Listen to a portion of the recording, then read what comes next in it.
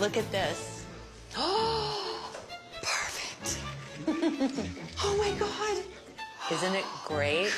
Happy Monday mga mami! It's another day and another recipe of Fujicha tea. This time, mahaluan naman natin siya ng pistachio cream. Tara, samahan niyo po, gawa tayo. Siyempre, ito pa rin Fujicha tea from Japan ang gagamitin natin. 3 to 4 scoop.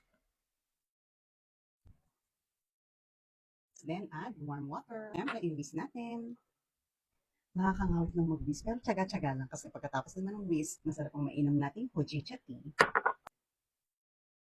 Add some milk, ice, and now we will add the Fujicha tea. Look! At syempre, yung ginawa natin kagabi, pistachio cream. Para mas maging creamy, i-mix muna natin siya using our Codic Whisk. Haluan natin ng pistachio cream ang ating Fujicha tea.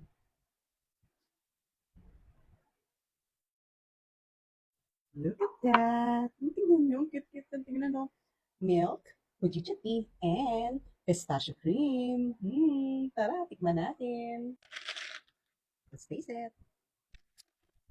Mas mapalainis yung pistachio cream sa Fujicha tea. Nagiging mas malinamnam siya. Tapos lasang-lasang mo yung pistachio. At the same time, yung nutty flavor ng Fujicha tea. That's it.